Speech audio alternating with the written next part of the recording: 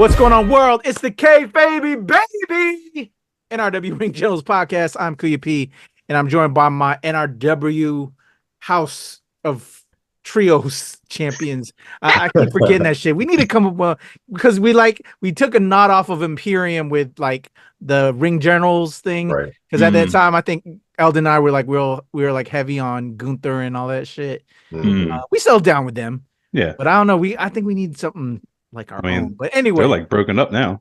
Yeah, like we might have to figure something else out. The new NRW bloodline, like then we were the House 3. of Black Trios champs. Yeah, we gotta figure something out. But I'm Kuya. You hear my man talking right now. Let me throw it to him. Sean Mongol, what's good, Sean? Hey, what's going on, everybody? Good to see you, sir. And of course, the man, occasional bow ties, but it's really his thing. That's why I get thrown off when he's wearing a regular tie. Mr. Webster style. Hey, this matches, so I go with it. What's going on, everybody? It does match, and that's important. All right, y'all. Matching. My brothers matching? From other mothers over there. A new week in wrestling. Where's my new way to change the visual on this thing now, too? If y'all don't know, there it is. All right, speaker view. It's on speaker view now. So when all of us are talking, you can see us.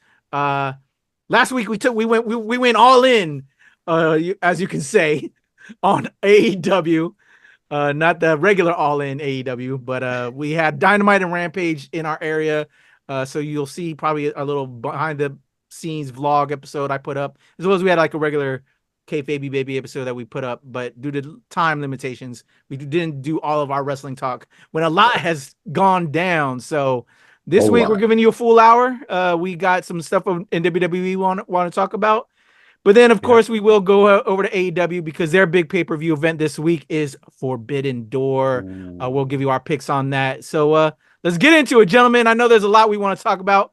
Obviously, I'm Bloodline all day, every day, no matter the iteration. And I can't wait for the ultimate Bloodline versus Blood 1.0 versus 2.0 because we know it's going to happen. They're going to write that shit. Fatu is in the building, the Samoan werewolf. I have to say, though, about this kind of pissed me off, gentlemen. I got to tell you, and this is why. Okay. As you both know, we went to AEW Rampage and Dynamite, spent our hard-earned money for this double-header event.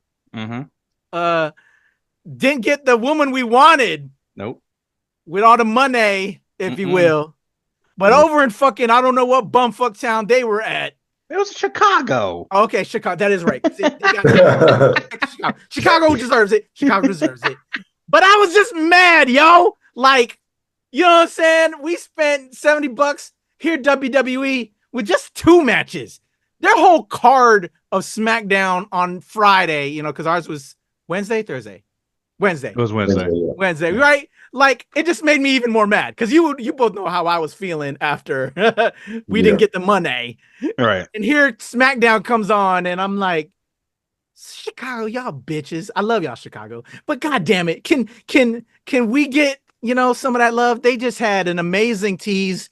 We'll talk all things. I'm gonna throw it to y'all, but like fucking with the thing coming up with McIntyre standing over Punk, just some of the other matches, and then to cap off the night with fucking Fatu. Yeah. Finally in the building, wiping out Cody Rhodes, wiping out KO. Dude, that shit was one of the best intros we've seen in a very long time. I don't know how y'all feel. That's how I feel. Bro. Shout out to Fatu, Jacob Fatu, Samoan Werewolf. I cannot wait what's going to go down with this, guys. Now, let me throw it to y'all, man. Let's get into it. And let's talk about everything WWE before we get to Forbidden Door. They literally switched it up on us.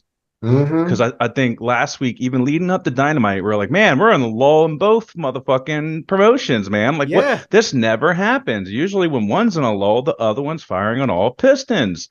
And literally, from SmackDown to this Raw, like even last Raw, because we got Wyatt 6 last Raw. We were talking about it when we met up at Dynamite. We didn't get to really talk about it on the podcast because we went to Dynamite Rampage, right? So like we had the Wyatt 6 thing, and then SmackDown happened, cold open with fucking CM Punk, obviously Chicago. You had the cool Paul Heyman emotional segment. Oh, that was so beautiful. Amazing. That was so good. He was just like, take me with you, please.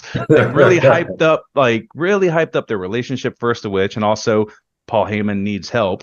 Also, he's pretty much kidnapped by Solo Sikoa. So that's why that teases, the custody of Paul Heyman match, right? Yeah. And it was, call back, oh, Drew quit, it was a quick, Drew did this, he's a bitch, pretty much. And I was just like, God damn, like, this is so good. Like, I don't care how long it's dragging out. Like, this is just so good. And I hope Drew's relishing in it. I know people are mad because he didn't get a belt, but like, he doesn't need it when you're feuding with CM Punk. Right. And like, Punk is so easy to hate on and talk shit about, real life and in character. You know what I mean? So like, that was the best thing for Drew McIntyre, is the feud with CM Punk, in my opinion. He might have hated that he came in like, shoot style, like for real, in real life, but like him working with Punk this long, like it's only going to do wonders for you. I don't remember who the fuck you fought when you were champion. I don't remember who the fuck you won the belt off of during the COVID times. Brock Lesnar. That is non-existent in my memory. You know what I'm going to remember? When you feuded with fucking CM Punk. True. Because this is firing. Like you said, that little interview, I forgot who it was, but then the banging at the fucking back curtain, the overhead door, and then they pull it up and this fucking Drew standing over top, bloodied, carrying him and the continuous shot into the arena. Yeah. Cinematic shit. The production, and that's, I also thought Wyatt Six was going to do like another kind of back way, because they kind of did the same thing through Gorilla that they did on Raw. When he left, they kind of took you through Gorilla so you could see what it looked like. I mean, Wyatt Six did show up. They showed up on Raw. Sorry, I apologize. They showed up on Raw again to fuck with Chad Gable again. And he's alive. We got to talk about that too. Yeah, we thought he was dead, and then he's back to life. And Otis and them still aren't fucking with him, but lo and behold, the brothers are. Right. Yeah, like they're back. And then the fucking tape with the Bo Dallas thing. I mean, I'm jumping ahead, past SmackDown because there's so much to talk about. But god damn, I'm sorry. I'll let you talk for a little bit. It's a lot. It's so much. I understand. Look, the fact that Michael Cole had to explain what a VHS tape was hilarious. I love that. I absolutely love that. But Sean, much like you said, we did talk about this lull because that we got in the additions to the bloodline stuff. We knew Jacob was coming, but we didn't know how. We didn't know. I think we all pretty much thought that Jacob would have been on the other side of the bloodline feud. And when he came out, I was like, shit. Never expected that. And again, because we knew he was signed, we just know when. So we literally had no idea. And I think most of us just assumed it probably happened around SummerSlam. That would make the most sense. Yeah. But not now. Nobody expected that to happen. And that is one of the things that I am really enjoying, even with the Wyatt Six. They teased that, but still, even how it happened, we didn't know what to expect. We had no idea how good it was going to be. And then even going to SmackDown or Raw this week with Bo Dallas and Uncle Howdy, that was real life. That wasn't acting. Yeah. Like you hear the pain in his voice. And I think that is one of the things about wrestling in general, and I think WWE has done well, and this is, in my opinion, throughout our lifetimes, at least my lifetime. They do good jobs at capitalizing off of real life storylines. Whether you like it or not, they do a really good job of that and incorporating that emotion into a real life or kayfabe storyline in the E, regardless of what it is and who it is. Even go back Hogan and Macho Man and that real life, Edge and Matt. Those are just two examples where even the women were involved in both of those cases and just general animosity. They were able to really incorporate. And you got some of the best performances ever out of two of those people. Like I think everybody remembers the Edge and Matt Hardy feud. Oh yeah, wasn't it the Lita thing? Yes, it was the Lita thing. Everybody remembers the Mega Powers breaking up in that sequence that you watching us like that stands out. Those real life emotional aspects that get incorporated in the storylines. Didn't that lead to the Edge and Lita in the ring having sex in the bed or some shit, bro? Yes, it did. Bro, look, I don't know if you're House of the Dragons fans. I don't know if you watched the latest episode, but the WWE is literally Otto Hightower, like just knowing how to politically capitalize on the tragedy and just using it for your benefit. Obviously, they have more consent than what Allison and everybody did in House of Dragon, but yeah, no, that Bo Dallas thing, man, that really sucked, and like it made me think, like, man, shit, yeah, it was literally Bray's last segment was with Uncle Howdy, and they were about to do something crazy, and he was just there, just starting, and just to have that moment just ripped away from you, man, like that's heartbreaking. That was rough. Whew.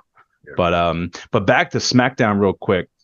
They played it really smart, like to wait for Jacob to come out in a Chicago crowd, which is historically a crazy, loud, reactive crowd. You started with CM Punk. Cody, Bloodline came out to fuck with CM Punk. Cody came out to save. That set up Cody versus the Bloodline, and Cody also had RKO, which is new shirts I didn't know were coming, but I guess it makes sense. They just keep throwing Randy into random tag teams. RK Bro, RKO, which, I mean, it's not too off, but KO doesn't come out with the shirt, but Randy does. That was really funny. But like having that match and then just having Jacob come out, man, like, bro, like, and just looking, obliterated everybody, bro. Like, just they made him look so strong, and he just looks deranged. Yes. Like I know he's been to prison. He looks like he's been to prison. Like he just is angry. He just has this pit bull, just like, I'm gonna fucking rip you apart. Kind of like Eddie Kingston. You know what I mean? Like Eddie Kingston has that, like, I will literally, like, that fucking very upset uncle who carries around a strap all the time, at all barbecues, ready to throw down. Like that is what I get from Jacob Fatu. Yeah, bro. Like he is ready to go. And I was very curious how they were going to play this. And this truly does set up, like we were talking about, like Bloodline versus Bloodline. It's going to be the NWO versus Wolfpack NWO. It's going to be amazing. It's going to culminate at the Netflix, like the first episode of the Netflix deal, like starting at the beginning of the year. And that's perfect because there are no rules. Yeah. No rules. Fire, son. Yeah. So I mean, there's going to be crazy shit happening in the Netflix era for 5 years. But yeah, man, like that whole SmackDown was amazing. I mean, I'm really mad about the Bianca thing, like them shitting on Bianca again. But I guess I see the vision. They're trying to kind of like dwindle Bianca down a little bit to where Jade starts being like, oh, like, we lost because of you, like storyline wise. I'm seeing that, but it's also kind of frustrating. Yeah. And then Nia is now teaming with Tiffy. I don't know if y'all saw that. How y'all feeling about that? I don't really mind it. It gives them both something to do. There's a story. I think there's a storyline there. It's different because they're very different, in a lot of different ways, but also very interesting to see them together. So I'm cool with it as long as they're doing something with the women. Yeah, that's what I care about. It's just very so there's something to work with there. They've already and done even that. with Jade and Bianca. I'm sorry, bro, but Jade and Bianca, definitely, as much as we don't like, as we know, they would literally should hold the belts forever, but they need to do something and move stuff around. So I can see that they can probably. I kind of see Chelsea getting some push now a little bit, which would be nice. She Money in the Back qualifier. I mean, she can be a character. She got some good. She's the one that won the match. Yeah. So I'm curious to see what they're going to do there, who they're going to push now in that respect. To me, just really, as long as they're doing something with the women, I'm happy with it. I want them to do something different with Nia. Like they literally did this with Alexa Bliss. She was like the enforcer for. You know what? Yes, right. It's kind of like Alexa and Nia 2.0. The best friend, bodyguard kind of thing, and it's just like it's already been done with Nia, man. Like. I don't know. What do you think, Webstyle? I thought about that, but Tiffany's such a different character. Still a blonde white woman. optics, yes. But they're playing very much on Tiffany being the new girl, the novice, and also her kind of, necessarily seeking Nia for protection, but that sort of protection role. That's not a dynamic that they had with Alexa. Alexa was very much best friend, buddy sort of thing. So in that dynamic, I do see a difference. Optic, yeah, it's definitely very similar, but the roles that they're playing are very different. And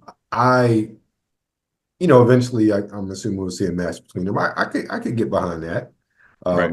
The storyline and build up, but much like Kuya said, they're doing something with them. We have multiple women's storylines going on right now. Yeah. And that is great. It's great, and they're fairly interesting, if not like we're glued to our seats. And that is not something we've been able to say for a while. We can say that, look, when we talk NXT, we can say that all day, every day.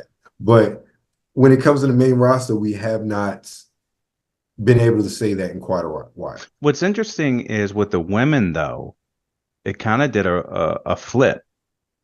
Whereas it was only the women with belts that had stories. And now I feel like the women with belts don't have stories. Like Liv doesn't really have a true feud outside of Rhea. And that's what they're going along with the storyline with Dom, which we'll talk about.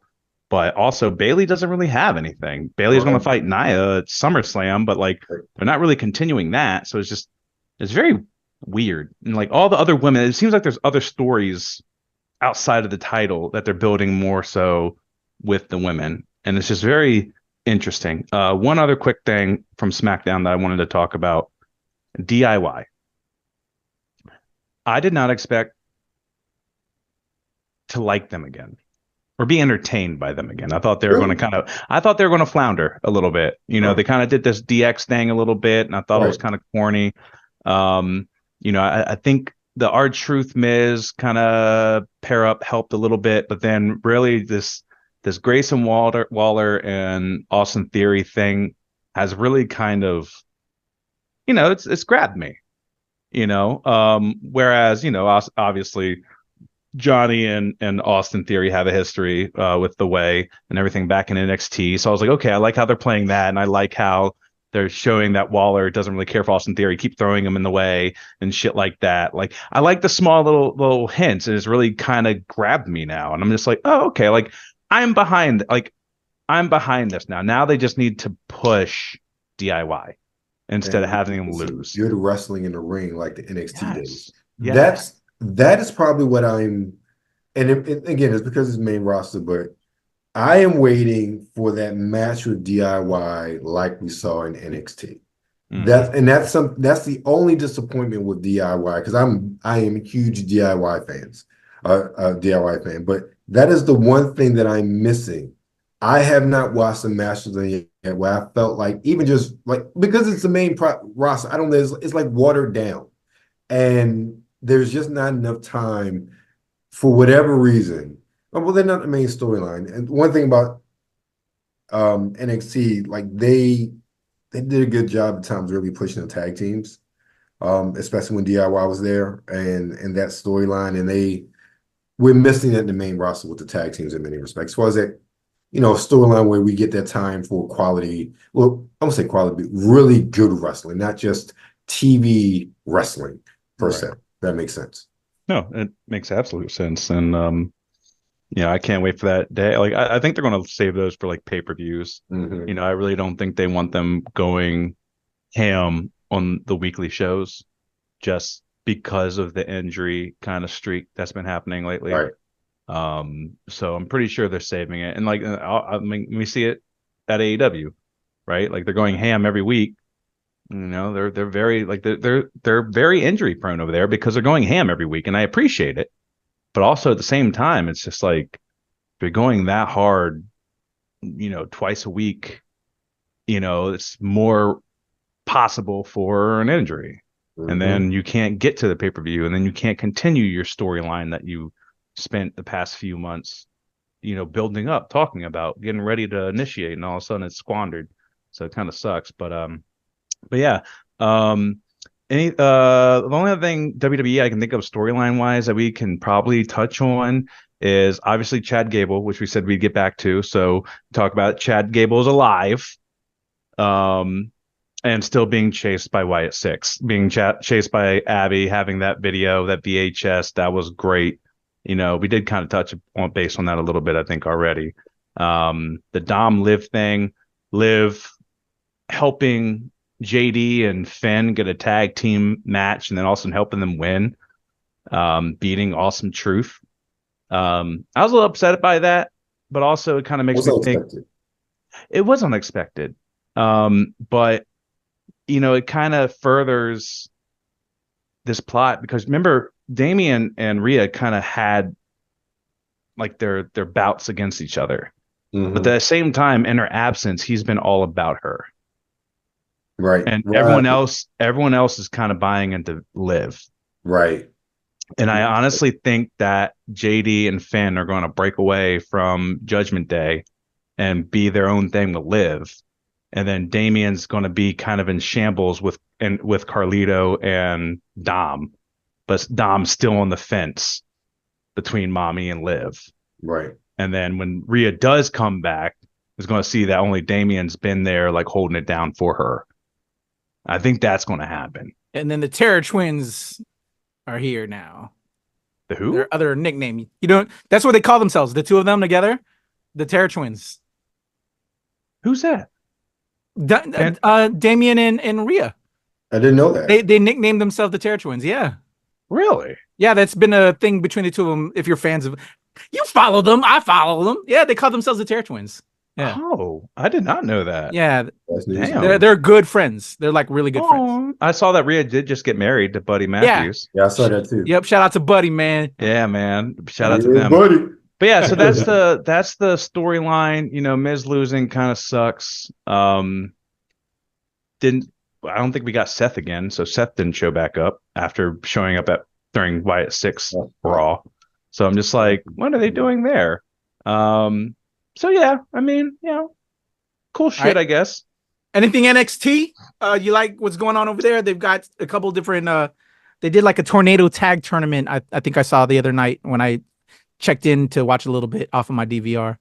They got some stuff going on. What do you think, Eldon? There's so much going on, man. There's literally so much going on, and that's not a bad thing. It's just that if I'm not watching every week, it is hard to keep up.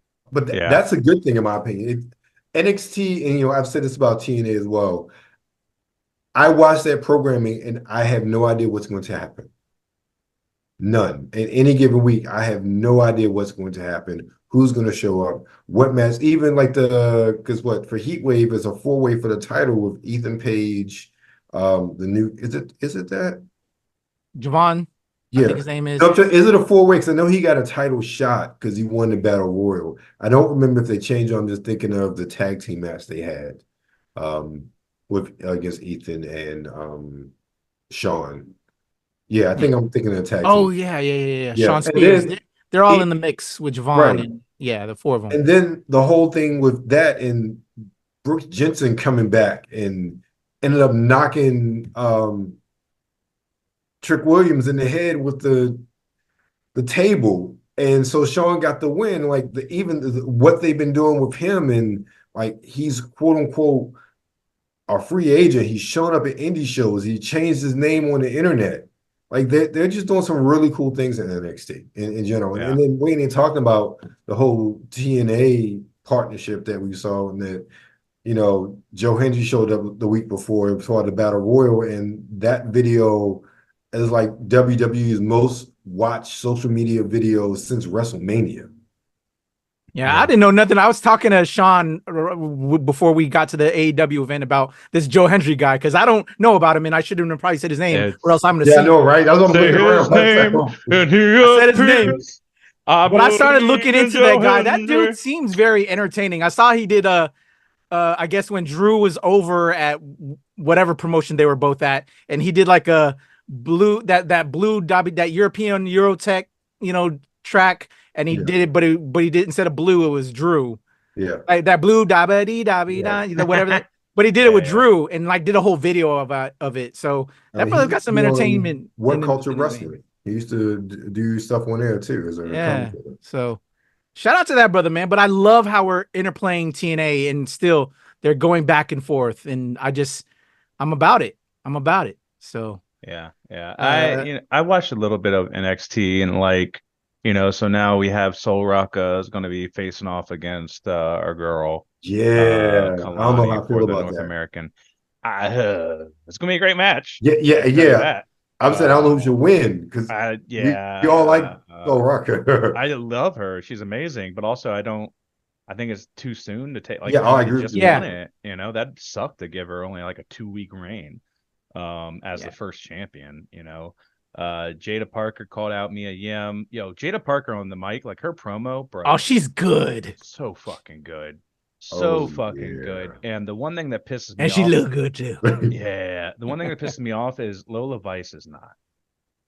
Okay, let's talk about this because I don't know. I like Roxy. I like Roxy, but Lola, she's this last thing against her. This last little interaction, she kind of brought me to the table, bruh. And I can understand what you were telling us offline there, sir. You see what I'm talking about? I am understanding what is going on, and I can see why. Favoritism, But that she was pretty good. I liked that last interaction with Roxy. That we had at NXT this week, y'all. Here's the thing. I felt like the commentary was a little awkward. It was. Because that's Booker T's girl, bro. Yeah, I know. It was a little awkward in both, like, Booker T like flirting with Lola, but also being like all for Roxanne. It's just really weird, man. It was weird. Booker was a little weird this NXT. It was getting a little. Because he's like a dad, I know. He's a dad, but he's a man too. Exactly. He's a dad, but he's a man. He got really. It just got very awkward. Is all I can say. But yeah, and then like she looked good. She looked great. And then. The Roxy match was not good in my opinion. Yeah, I agree with that. Yeah, it was weak sauce, very weak, and it was all set up obviously for Lola to come in and fucking lay out Roxy and take the belt and then throw it to Ava. And that I don't know what they're doing, right? Because that's very much a heel move, and Roxy is the heel. For Lola to come in and knock her out, take the belt, take it all the way back. And then drop it off at Ava's desk and be like, give that back to your champion when she wakes up. Give me my match. That's very heelish. Yeah. So I'm very confused. I felt like she was on commentary and they're trying to get her over as a baby face, but then they do this. And it's just like, well, now you make me feel bad for Roxy because that was disrespectful to take the title like that. You know what I mean? So I was just very confused by it. And like, yet again, what I told you guys, and behind the scenes the other day, it was all popping in my head. I'm like, there's a reason for this. Because I don't think this should have been the next progression who gets the belt. You're right. You're absolutely right. And that's why I'm not feeling it, because it doesn't make sense for her to be in a championship picture. I don't think she's going to win or get the belt. I just don't understand, like, her being in this picture does not make sense to me whatsoever.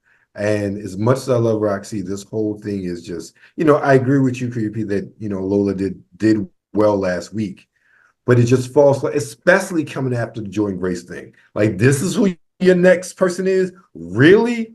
Yeah. I felt like if you're going to switch those competitors out, have Sol Rucker be the one challenging Roxy. I felt like it'd been a lot more. Roxanne Perez. There've been a lot more energy there. Yeah. I could believe that, especially with the tear that she's been on. Yeah. And have Lola feud with Kalani. Yep. That makes sense to me. Not the way they have it. Exactly. Bro, Sol Rucka is younger than Lola Vice and Kalani. Oh wow. Yo. That's a rough looking 24. No offense. I thought she was in her 30s. Because I was about to say, like, yeah, so Rocket's got more experience and is a little bit older, and then nope. She wrestled like she got more experience. She definitely does. I will tell you that. But yeah, I just, I don't see it. We'll see what happens. maybe this will kind of push Lola into an opportunity to show what she's got. I hope so, but we shall see. But all yeah, right, y'all. that So was my thoughts on NXT. We went through WWE, we went through NXT. Let's get back over to AEW, although I'm still feeling the vibes off of last week. I'm still questionable about the products, but we have a forbidden door to open. I just hope they step up their game, man, because I don't know about how y'all both feel, but again, I'm lukewarm on them, y'all. So like, and you were saying it, Sean, one gets hot while the other kind of breaks down a little bit. There's a lull. Let's see what they're gonna do with Forbidden Door. So let's get to these matches, y'all. One second, bro. It's not just it was down. The ratings were down. They did under 600,000 for the ratings for Dynamite last week. Yeah. The one we were at. Yeah. They try to blame Juneteenth for that.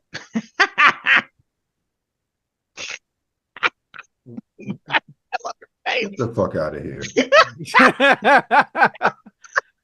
Wow. I read that shit and I was just like, are you fucking shitting me? They tried to blame Juneteenth. Seriously, who said that shit? I think it was someone on Twitter. I'm about to say, if it's Tony Khan, he needed to. It might have been Tony slap Khan across the face. And his explanation was usually they're following they're after Big Bang Theory, which brings in their same demographic. And during Juneteenth, they had Black Panther, and that's they followed Black Panther, and that's why they had low numbers. What? Exactly, bro. Wow. If you would have said, now mind you, I like the Marvels. I enjoyed that movie. If you would have said the Marvels, okay, all right, I feel you. But not Black Panther 1. Really? Yeah, that's some crap. Bruh. Yeah. That's some crap. They coping over there. They capping hard. Yeah, man. Capping hard. Yeah, man. It's rough over there. We'll see. But yeah, let's get into Forbidden Door. Let's open the door. Let's get into this card. I just can't with these guys. This better be a good event. Let's start with a tag team match of Chris Statlander and Momo Watanabe with Stokely Hathaway versus Willow Nightingale and Tam Nakano. Webster style. Kick me off, man. Who you got? Well, I'll be wrong if I said I got Willow, but I could care less about this match. Yeah. I will always go with Willow. Yeah. But yeah, I'm just like, you said that, I'm like, why? Why? 13 matches. And I'm sure this is on like the preview or the buy-in or whatever. Why? What does this do to advance their story? Nothing. That's why like they actually have like I'm enjoying the story with Statlander, Stokely, and Willow and everything and whatnot. And you're telling that story in the on heart. You don't need to tell any more story. There's enough story there. Yeah. Why is this match happening? Yeah. I don't see a purpose for it, honestly. So, and was there any build up to this before this week? Don't feel like it. No. Yeah, it's just again, when these matches are thrown together, I'm like, cool, but I have no reason to care. I'm going with Willow. But this is what they've done with every Forbidden Door. The past 3 is they wait until the week of or 2 weeks before to establish the matches, because it's including New Japan and now CMLL. And this is where it gets rough and just it doesn't make sense. Why do they need this? They didn't need this. But at the same time, our main event for this card is Swerve versus Will Ospreay, which has nothing to do with the Forbidden Door. So, you know what I mean? Like, it's just like, I want it to be a Forbidden Door, but at the same time, it's just like, why pair these people up with people that we really don't know, unless, people are super into New Japan, or Stardom rather. Right. But it's just, I don't know. And my pick, I'm going with Chris Statlander. Okay. I don't think they're going to give Willow, obviously Willow's the babyface. They're going to keep crushing her until maybe All In, and they have their big, brawl, street match or whatever at All In. And then Willow will kind of come on top and maybe beat the shit out of Stokely in the meantime as well. But yeah, it looks like these 3 are going to be on the pre-show, the first 3. Yeah, so they are. So yeah, if I'm putting money on it, I'm with Sean. That's what they're gonna do. My heart is with Willow. I think all of our hearts are with Willow. But if we were to actually put some money on this joint, it's gonna go Chris Stat to extend out the storyline a little bit. Next up, we have Mariah May with Timeless Tony Storm, Luther, Mina Shakara versus Saraya with Harley Cameron and Anna Jay. Sean, who you got? And this is the Women's Owen Hart Cup Tournament first round match. Who you got? Mariah versus Saraya. I got Mariah. I can't stand. That's a Forbidden Door. Forbidden Door. Well, there's two matches. So it's three preliminary matches. Yeah. So this match is just Mariah versus Saraya, and then later on we're getting Tony versus Mina Shirakawa. So I don't know if you watched Dynamite this past week, web style, but essentially not Mariah, but Tony and Mina tag teamed against I think it was Saraya and Anna Jay. Yes. And they won, and then at the end of it, Mina grabbed a bottle, like a wine bottle, and tried to hit Tony in the head with it, but she ducked and accidentally hit Mariah May. So now there's conflict. So it's the custody of Mariah May, but all three of them are going to be at Mariah's side during her match. So obviously it's going to build some conflict to their match later that night. All right, thank you, because I was confused because I knew about that. I didn't realize something came out of that. Okay. Yeah. My apologies. Yeah. I don't Saraya, I'm very confused as to the hype from Saraya, and I was just talking with Maki about it. Like even at WWE, she was different, for the era, kind of stepping out of the Divas era, but she's not captivating in my opinion. I can't, like, even at All In, when she got the belt at All In, I understand those, they were in the UK, her hometown. That's why she won. I hope Mariah beats her. All right, Webster, who you got? Yeah, I'm going Mariah May. I think that plays more into the storyline later on in the night. Same. Yeah, it's I like Saraya, but I think her luster has gone a little bit. Yeah. I think some of the shine has gone a little bit from what it used to be, and that's unfortunate. I hope she can figure something. Although I do like them, the three of them together with Harley Cameron, I think, and Anna Jay. I think there's something there. It just hasn't been written right yet. But you mean I'm not. You mean the hottest bitch in this place?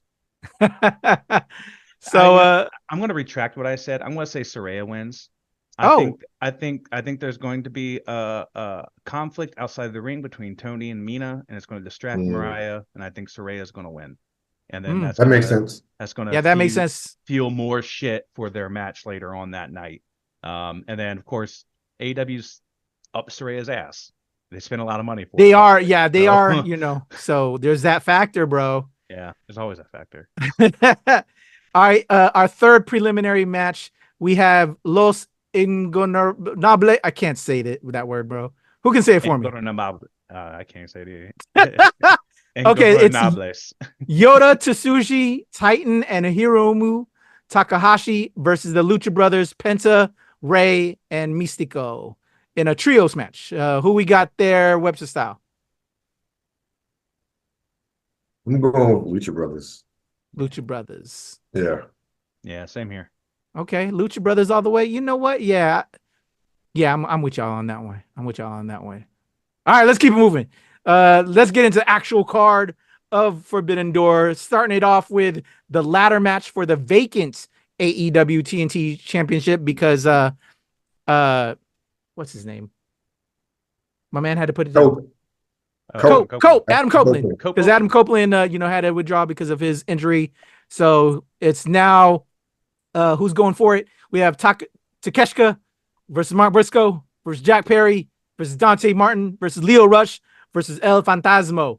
So a lot of speed going on there. Who you got? That was the last person, El Fantasmo? Yes. Yeah. Okay. Who you got, Sean? It's on you now. Man, this is hard. Who I want? Who you want? I want.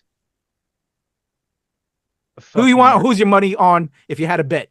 Mark Briscoe already got a title. He's got the ROH title, so I don't think they're going to get to him. I wanted to kind of go to Takeshita.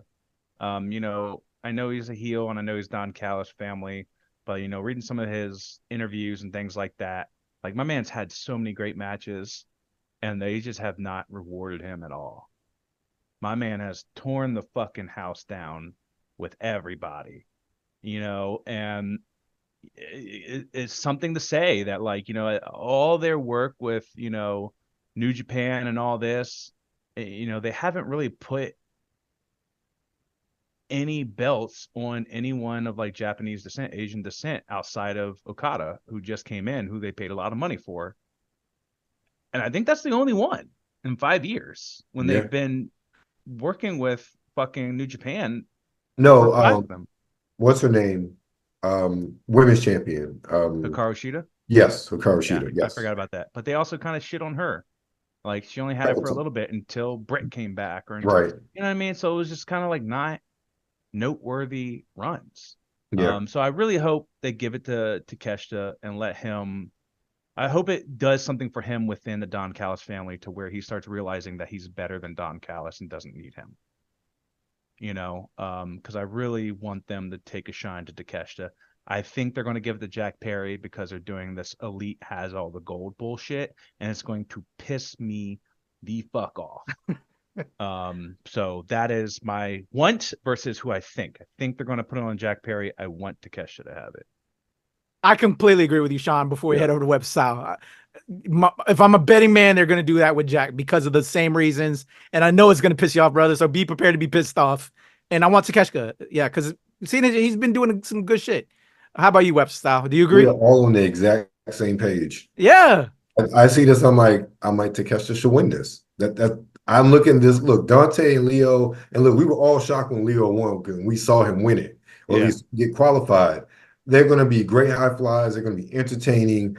I still don't understand why Briscoe is there. I love him. He's the ROH champion. Why is he going for a mid-card belt in AEW? It makes no sense to me. Double champ. Art. Sorry. It's all good. Jack Perry is there, and then El Phantasmo, again, inconsequential. Yeah. I think they'll give it to Perry, but Takeshita should be the person walking out with that title. All right. We are all in agreement.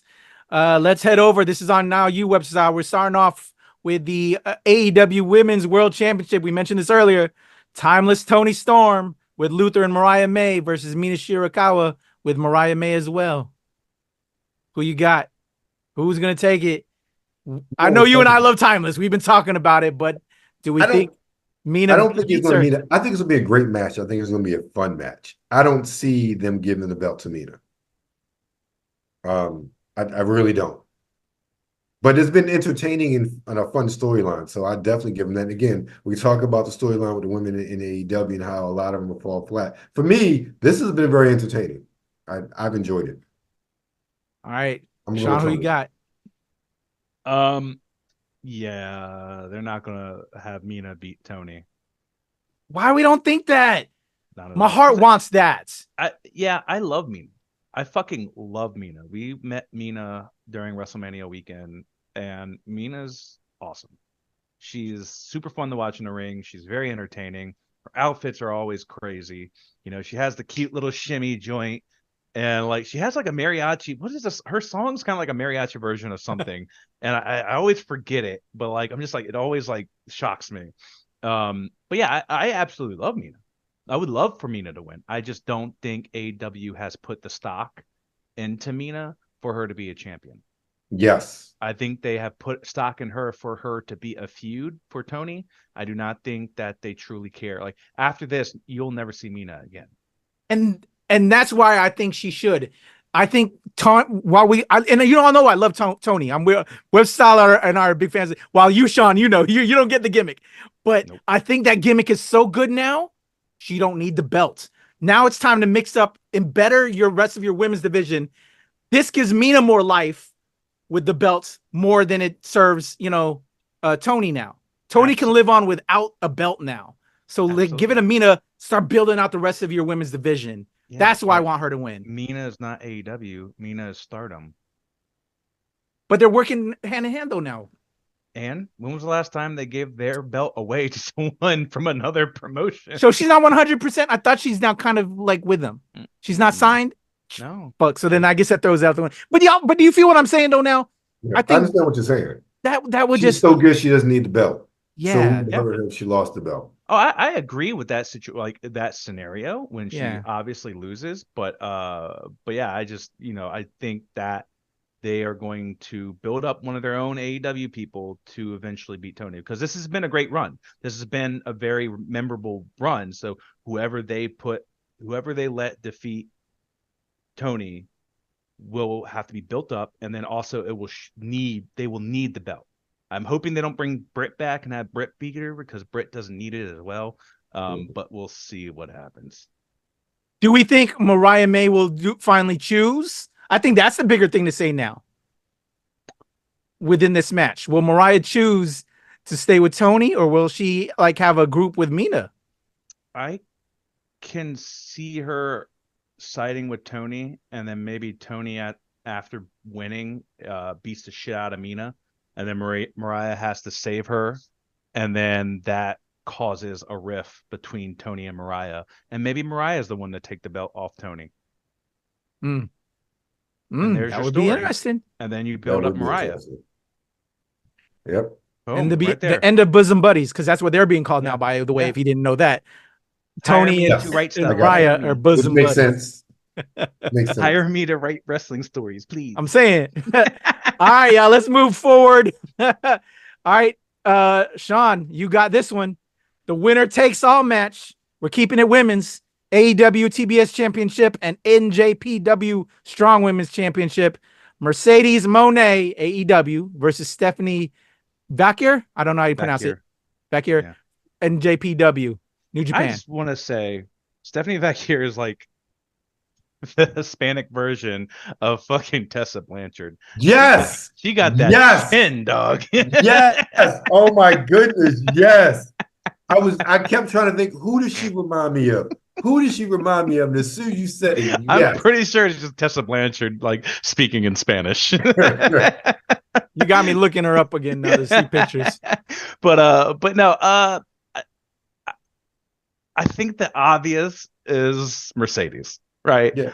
I would love it if they did some fuck shit, have Willow interfere, and really continue the beef with Mercedes and have her lose and Stephanie win both belts. But yet again, I do not see them letting someone from another promotion take their fucking belt. So I'm pretty sure we're going to have a double champ and Mercedes, but I'll be happy if I'm shocked, right? And I hope it is a great match. I think it will be. I love the montages of Sasha training in her wig. And Maki always calls it out. I'm like, she put that wig on specifically to do these training montages, because ain't nobody training with no damn wig on like that. But yeah, no, I'm excited for it. I'm ready. Like I said, unless some fuck shit happens, Mercedes winning. All right, Web Style, who you got, bro? Yeah, I'm going with Mercedes. I will say I have, even though it was a brief time and we were all dismayed from last week with her lack of appearance. I do have to say that I have liked the story they've been building in this case. Sean, much to agree with you, those training montages I think really help. Even the promo she cut last week was probably one of her better ones that she's done since she came to AEW. And again, there's that history there with the women's title, New Japan Strong Women's title. So they're playing up when even though I would like to see montages, they've done a really good job. Excuse me, that's too much credit. They've done a good job with this. I'm not saying really good, but so I'm going Mercedes though, because I think it makes more sense, even from a New Japan standpoint, for the belt to be back on Mercedes. Yeah. Compared to if, again, much like someone said, AEW not putting their own title on somebody who's not signed to them. Ain't happening. All right, it's going to be very interesting. We got to talk about that too. I think Mercedes definitely going to take the title. I'm a mark for Mercedes, but still slightly upset. But we got to see what that means though for the future, with being her having two belts. So we need to talk about that. And what does that look like for the division and forward with the women's division? All right, trios match next. Webster Style, the Learning Tree, Chris Jericho and Big Bill and Jeff Cobb with Brian Keith versus Samoa Joe, Hook, and Shibata. Who you got? I'm going with Joe. Joe. Yep, just Joe and Hook and Shibata. That's what I'm going with because I can stand the learning tree. And if the whole thing is to go, except for was it Hangman? Is that it? That is Keith. What it was the Brian black guy. Brian Keith, thank you. I like him. The headhunter, Brian Keith. Yeah, the head of thank you. Was it? I knew it was something. I think that's what he goes by. He's the most entertaining part of it. Bounty hunter. Yes, the bounty hunter. That's right. Bounty. That's what. Yes. Yeah. But I'm going with Joe and Hook and Shibata, particularly because I just want to see Shibata particularly get some more shine. So, all right, Sean, who you got, man? So I'm a little confused by this because, like I said, I watched Dynamite. And yeah, Brian Keith was injured. I love Brian Keith in the Learning Tree. That's my only saving grace from the Learning Tree bullshit because it annoys the dog shit out of me. They try to say like, oh, since Brian Keith is hurt, we have Minoru Suzuki going to tag with us for Forbidden Door, Murder Grandpa. And they went to like a video and Murder Grandpa was just like, Chris Jericho, you're a weak bitch, essentially. Like, I want to fight you. I'm not going to join your team. What is a learning tree? What is this? Like, you've changed and I want to destroy you, essentially. Have a nice day. Like, so I thought it was going to be Minoru Suzuki versus Chris Jericho at Forbidden Door and not the trios match. I thought maybe Big Bill and someone else would fight, two of the guys, Hook and Joe. But so I don't know where Jeff Cobb came from. So I'm a little confused. Yeah, I am too.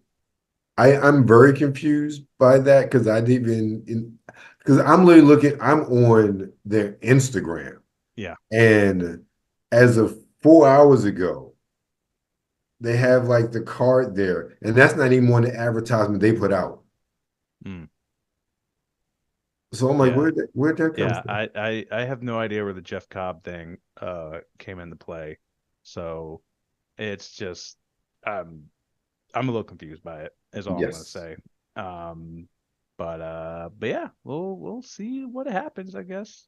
If it is, I think obviously they're trying to really play up Hook and Joe and Shibata, so I think they win if it's still a triple threat match.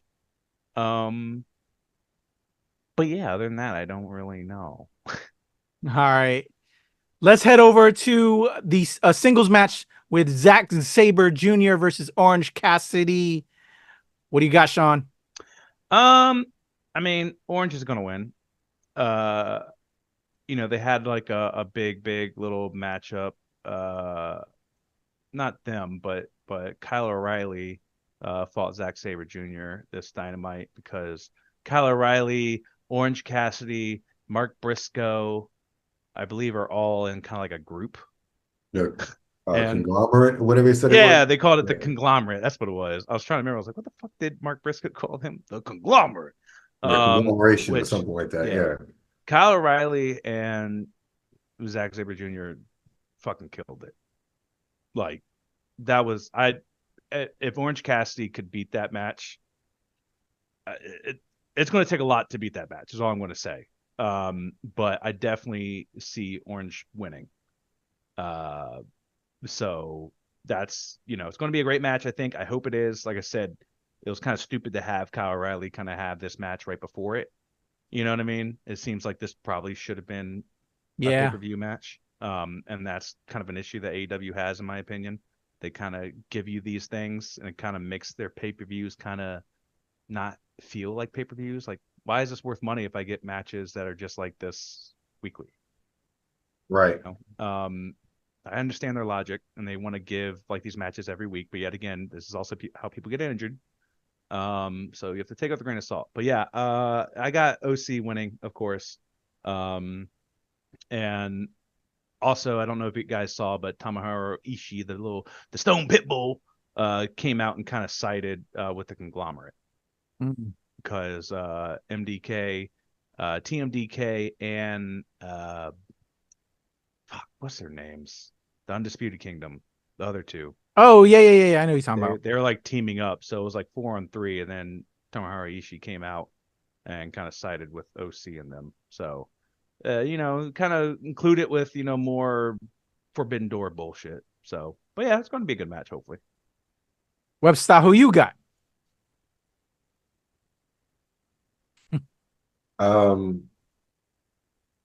Man, I don't know. My money is on OC because AEW, but my heart's a Zack Sabre. That the match that you were saying, Sean, that Kyle O'Reilly, you're 100%. That was a dope match. Both great technical, like that was good ground. They were just everything. I enjoyed that. Yeah. But here, I don't think it's gonna be the same. But OC's their star, so they're gonna give it to him. Yeah. Yeah, we'll see. But Zach also won that match with Kyle O'Reilly, so usually when you kind of give that win to someone, the opposite wins at the pay-per-view. I think they're gonna build up Zach, man. They're building up Zach. Okay.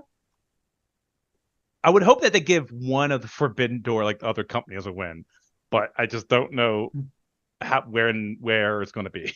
I think if it's anywhere, this is where they would do it on the card. Because just looking at the rest of the card when we get to it, they're in the Bryan Danielson match. Yeah, because he seems like this career, he just wants to wrestle. He don't care if he wins or loses. So yeah, I can say so. All right, let's move on to the next match. Yep. We got the IWGP World Heavyweight Championship, Jon Moxley, our current champion, versus Tetsuya Naito. I'm not sure. I'm terrible with names. Webster style, who you got, man? That's just going to be brutal. I'm going with Moxley, though. Yeah. Moxley. Can we talk about how they are, and I know it's probably because Moxley's been overseas a lot, but they have done a really good job of making Moxley an attraction, in my opinion. Making like when he's on TV, like you want to see him. I appreciate that. And again, I don't know if that's all AEW's doing, considering Moxley's obligation in New Japan, but still, I think it works well. So for a match like this, because the last time we saw him was that qualifying match with Takeshita back at the last pay-per-view, which we didn't understand at all. Yeah. But it was for this match. It was for the IWGP Heavyweight Championship match, which he was already champion, so it just didn't make sense. Yeah. But I think that's like the last time we really saw him. Yeah. And the fact that now we see him at Forbidden Door, I like that aspect of it. No, he's still been around. He's still been around. He had Bloodsport with Josh Barnett. Yeah. And that looked pretty good. I don't know if you caught clips of that. I saw some of that. But what I'm saying is we see a lot of people like every show always in random stuff. I don't feel like I've seen it with Moxley over the past 2 months or so. That's just me. He's been doing a lot of tag team stuff. So he's been doing a lot of teaming with Brian, with Claudio. This past week he did a trios with Yuta and Claudio. So I mean it's he's been there, just not in a singles capacity. Okay. Maybe that's what it is, and why I feel like this is like an attraction now, or this is something to see. Yeah. But in general, and I don't get too long with it. I see this one being one of the ones that they probably give to the other promotion. I agree. Like I will want Moxley to win, but I can definitely see Naito winning. This is a toss-up for me. Yeah. So I think Naito wins and kind of takes back the IWGP Heavyweight Championship back to New Japan. All right. Well, there we go with that one. I think so too. Mox, I don't think needs a belt in a way. Mox is a showcase, whatever he does. Yep. Let's head over to MJF versus Hechicero. Sean, who you got? MJF. They're not going to let this man lose come on now. To someone. That's an easy one. Sorry. He just came back. Yeah, he just came back. They're not going to have him lose unless, of course, there's some fuck shit, which very well possible. It could, someone start the next feud with MJF, could make him lose here. They did a whole thing with Danny Garcia this past week. I don't know if you guys saw that. That was pretty good. That was a really good setup. for why he kind of came and made the save for Danny Garcia, because he considers him to be one of the pillars of AEW, and they're both New York kids. So they kind of explained that a little bit, because I remember we were a little confused at our Dynamite being like, why is MJF out here, and then why is Will Ospreay out here? Yeah. So they kind of tied all that together and kind of they're playing up a story, and it's getting interesting. So I can definitely see Danny coming out, maybe trying to help MJF and accidentally distracting him and maybe causing some fuck shit. That's interesting. Yeah, and like that's how you build a story, you know what I mean? Like, have it to where you made me lose to this, because he called him like an anime superhero mother like bitch or something like that, Hechicero. He was like shilling for tickets and ticket sales or whatever. But yeah, I mean, I hope MJF wins, but if he doesn't, obviously make it some fuck shit and make it play into a storyline for something in the future. All right, Webster Style, who you got? MJF? I'm going with MJF. I don't see them having him lose. And again, unless it has some sort of storyline to go along with it, I don't see him losing. Agreed. MJF across the board. Let's head over to a trios match with the Elite, Sean's favorites, versus Scissor Ace, Anthony Bowens, Max Caster, and Hiroshi Tanahashi, with Daddy Ass Billy Gunn in the corner. Who you got, Webster Style? I'm always going with the Acclaimed. That's it. Everybody loves the Acclaimed. All right. You same deal, Sean? Where's your money? Yet again, the money on the Elite. Yeah, my money is on the Elite because they have the money and they have all the pull. Shut up, bitches. And of course, Okada's with them. You know what I mean? So like, this would be a good one for them to lose, since they wouldn't be losing any of their belts. But I don't think they're going to let that happen. I think they're probably going to add another new member to the Elite, and I'm pretty sure it's going to be fucking Hangman. And Hangman's going to come out and screw over the Acclaimed. All right. I was curious, when are we going to see some fuck shit to mix things up? I think that one would be the fuck shit type stuff. And then we haven't seen Hangman in a while. That makes sense. All right. We got two dragons facing off at each other. Yep. The American Dragon, Bryan Danielson versus Shingo Takagi in the men's Owen Hart Cup tournament first round match. Yeah. Webster Style. I mean, no, Sean. We're at Sean. Where we at? I think this is going to be a great match. Probably one of the better matches, I think. Yeah. Maybe. I don't know. It could be.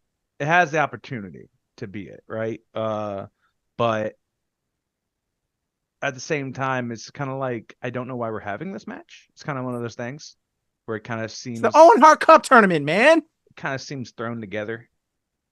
And I don't know if there's a history at all between these two. I have no fucking clue. It's just Dragon versus Dragon. It's Dragon versus Dragon. It's literally Tony Khan's dream match, right?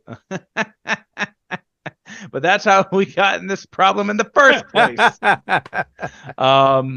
So yeah, I don't know. This could also be one of the ones where they give the win to the other promotion, because Bryan Danielson obviously he doesn't care if he wins or loses. He just wants good matches, right?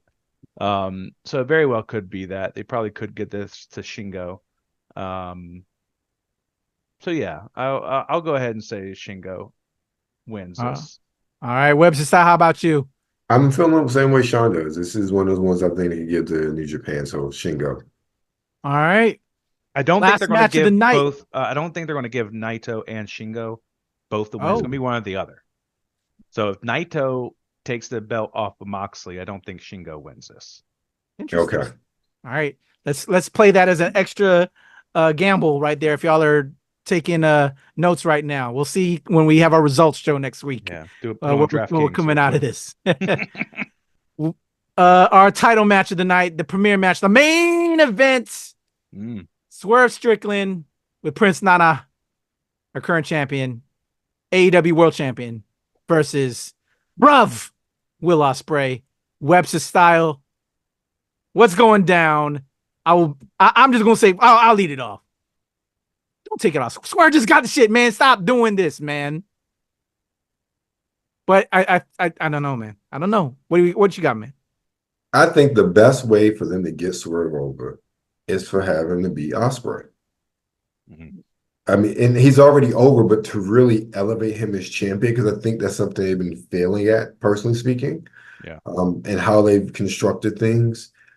I think this, and I think I said this before, this could be a feud that goes back and forth for a while, realistically, and they can tell a good story with this. But I'm going with Swerve. I think and hope it'll be a hell of a match, but I'm going with Swerve. All right, bruv. Who you got, Sean? Me. You passing it to me? Yes, sir. So let me break this down for you. Yes, bruv. I don't know if you watched Dynamite, but it was great. Swerve and fucking Will Ospreay had a tag team. At the end of it, they won. They beat the Gates of Agony, or whatever the fuck their name is. And Will, as they're celebrating, Will decides he's going to snatch the championship belt out of Swerve's hands and parade around the ring with it. And then Swerve fucking kneecapped his ass and then hit him with a house call. And it was fucking glorious. So that was great. I think you can't take it off of Swerve. You're not, if you let Will Ospreay be a double champ already, not even being the year with the company. Fuck you, Tony Khan. That's all I'm gonna say. Tell us how you really feel, Sean. But I think this will really solidify Swerve's championship reign. However, because Will is such a big baby face and he's also a champion, I do not think he's going to lose clean. I think MJF interrupts. I got a counterpoint to that. I was thinking the Cause thing. Hangman. We talking about Hangman again returning. Remember Hangman and him got some serious beef still. Hangman and Swerve, you mean? Yeah, exactly. Yeah. Hangman and Swerve. Yeah. So you think Hangman has Swerve lose? Or something. Some fuck shit happens with Hangman. Okay. Like attacks Swerve and then Will gets disqualified.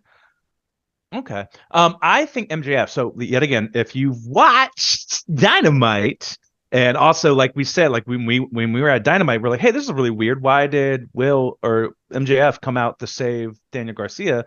And then why did Will come out after that? And then they kind of like did that bump and that turn, and they kind of looked at each other but didn't acknowledge each other. So this past Dynamite, as MJF was talking to Danny Garcia, because Danny Garcia came out to interrupt MJF, but also kind of give him praise. As he was talking to him, Will Ospreay came out and also was just like, oh, like Danny, like I'll give you a shot at my belt, blah blah blah blah blah, and like hyped him up and pretty much paid dust to MJF. Like didn't even fucking look at MJF. And MJF's just in the corner sulking. And then Danny was like, oh, Max, I'm so sorry. He was like, no, it's fine. I get it. Focus on that. And then he left. So like there's tension building. So I really want MJF to fucking interfere somehow here and really build up Will versus MJF for All In. MJF said that he was going to fight Danny Garcia at All In, but I don't think that's the play. I think you do Will versus MJF at All In. And I think you set it up here. I think you set it up. You have Will lose to Swerve, have it be with MJF's help or distraction, and Swerve gets a little mad, but also Will's pissed. Now you start this big ass feud. That's how I see it playing out. But like you said, Hangman can definitely come back. I don't know if I want to see a Hangman and Swerve 3 again. True. Yeah. True. It's still too early, man. Yeah. Like they play their cards. They show their hands too quick. You know what I mean? Like let him have this historic reign, and then at the end of the historic reign, have Hangman come back. But then for Hangman to beat the historic reign of Swerve, it's just, I don't know. You could elevate someone new. Yeah. You know what I mean? So it's like, why do you need to go with Hangman? Have Hangman go with fucking against either with or against the Elite and keep him there until fucking Kenny comes back and keep, whatever. Keep that fucking story going. But yeah, that's how I see it happening. Swerve cannot lose this. All right. Webster Style, who you got? Oh, you already started. You started it. Yeah.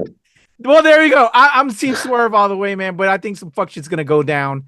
There's the whole card, y'all. We went through it all.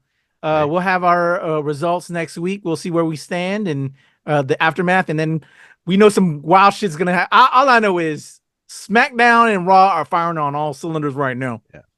Yeah. Yep. And can I also say that was 13 matches compared to fucking Clash of the Kingdoms 5? Or Clash of the Castle, where it's called. We see the difference between an actual pay-per-view and a PLE now. Let's go. Seriously. AEW, man.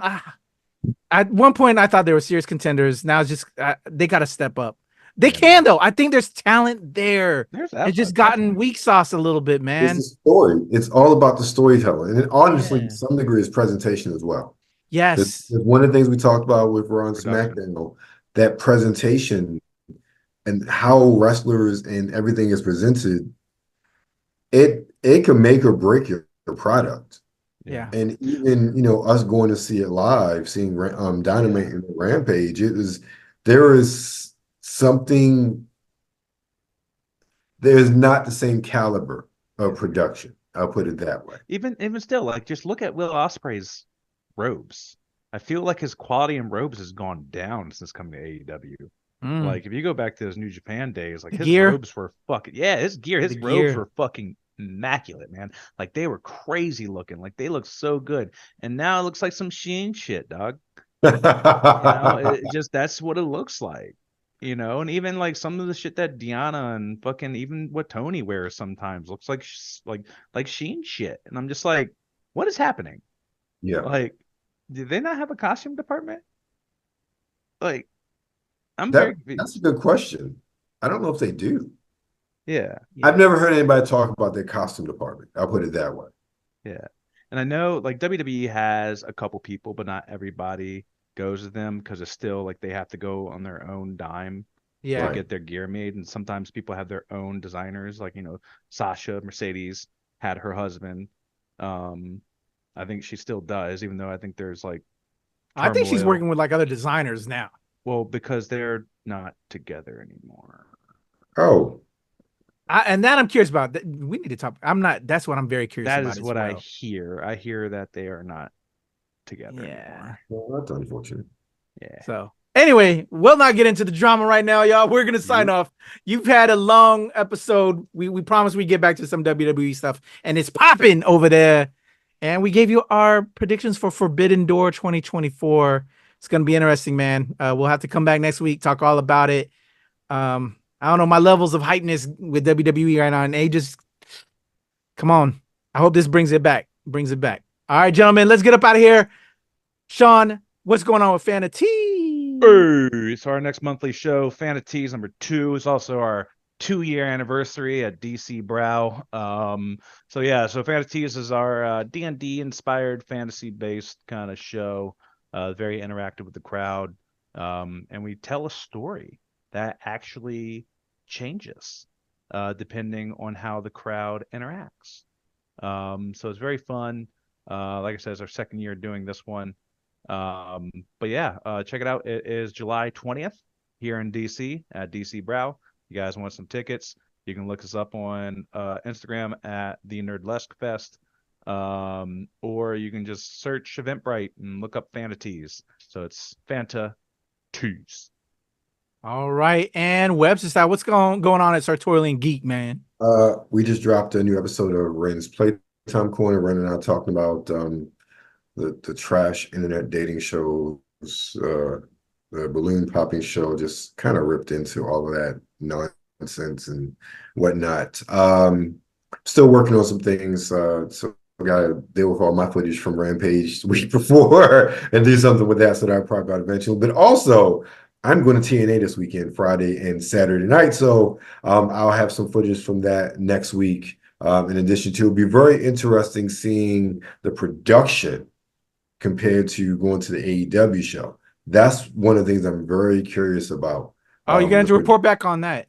Yeah. Yeah, definitely. So that's what's going on right now. And then it's probably some other stuff, but it's going to be a long weekend. So I'm going to be on the road a lot and be busy. So you probably won't hear from me until next week. If anything. Well, have a good time, my man. Happy birthday to you, brother. Yeah, man. Let us know. Let us know what's going on with that. Man, you're on NRW. You know what we got and what's going down. All the interviews, reviews, a lot of content. I actually got to get to it. I'm just so busy. But mad love and respect to my boy Sean as well as Webstyle. Go check them out. Get your tickets for Fanatees. Go check out what Sartorial Geek, my man Webstyle, is doing over there. A lot of stuff popping this way. And of course, you're on NRW, man. We got to get up out of here. But before we do that, rest in power to Sika NOI. We recently lost him since last week. Roman Reigns' father, Wild Samoans, legendary, man. Old school favorites, the original bloodline. Rest in power to him, man. All right, man. Let's get up out of here in a 1, 2, 3. Peace. You come in my face, I'm gonna fight you. Well, you're not gonna bust a nut anytime we're in the ring. I'm gonna get off by cranking your knob just a little beyond the breaking point. When I get my hands on you, I'm gonna eat your ass like a pot of collard greens, baby. I'm gonna stretch his ass like it's never been stretched before. You can hide behind that commissioner stuff just so long until I jerk a knot in your ass. And if you don't think I'm big enough, then you grab a hold of me, and you'll know that I'm growing, my man. Within your hands, I will get as big as I need to be to do the job on you. All right, just jerk Helmsley off. There's one part of our bodies that's soft, and it ain't soft all the time, if you catch my meaning. I'm gonna come on you like nobody's ever come on you before. Just you and I getting it on like two men should do. Oh, no, that fits right. Boy, I'm coming hard.